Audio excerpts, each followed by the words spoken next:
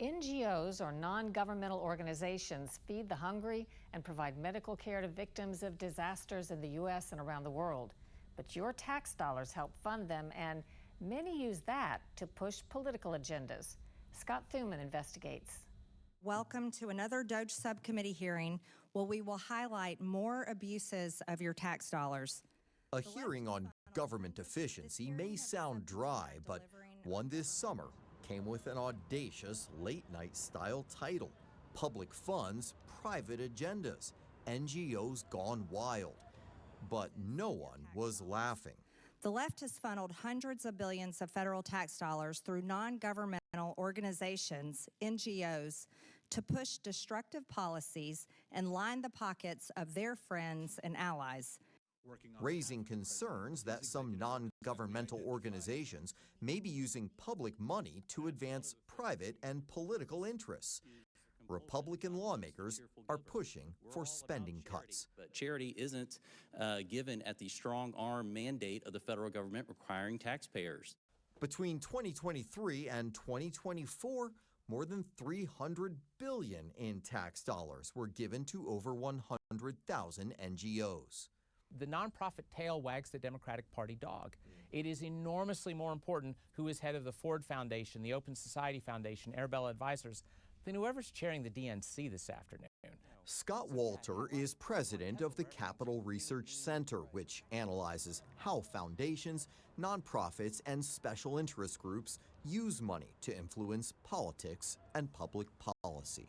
Over 35,000 nonprofits get most of their money from the government. In the case of federally funded nonprofits, typically these are part of the left-wing political infrastructure. So you have things like the Urban League, for instance, or the Solidarity Institute, which is a subsidiary of the AFL-CIO Labor Union Confederation. An analysis of that NGO, which promotes worker rights and union organizing worldwide, indicates more than 86 million taxpayer dollars have been awarded since 2008, the majority of it during the Biden administration. Also, take, for example, Catholic Charities. Between 2021 and 2024, the charity most notable for its work with illegal immigrants on the southern border received more than $2 billion in federal grants. Under the Biden administration, when they had their disastrous border policies, had this explosion of refugees, many of whom were not really refugees. They were just folks like, hey, I want to get to America and try to make some extra money.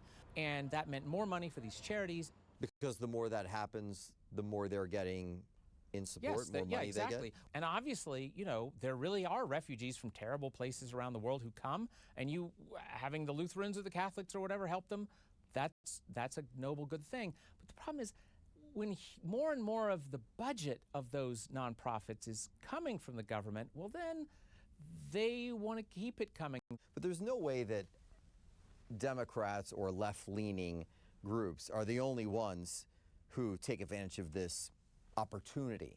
I'm sure right-wing groups do too, right?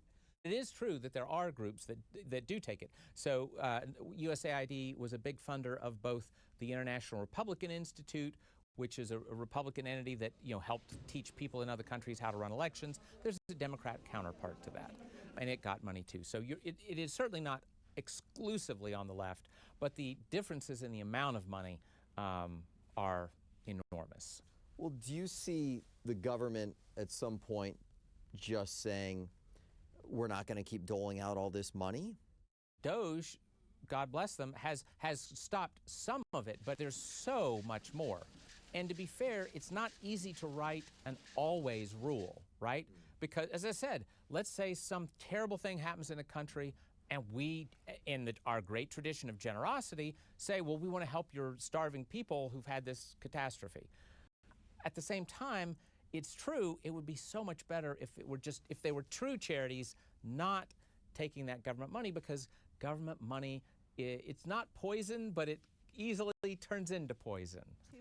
With the DOJ efforts still thoroughly underway in the federal government, it is a number many on Capitol Hill want to see under closer watch.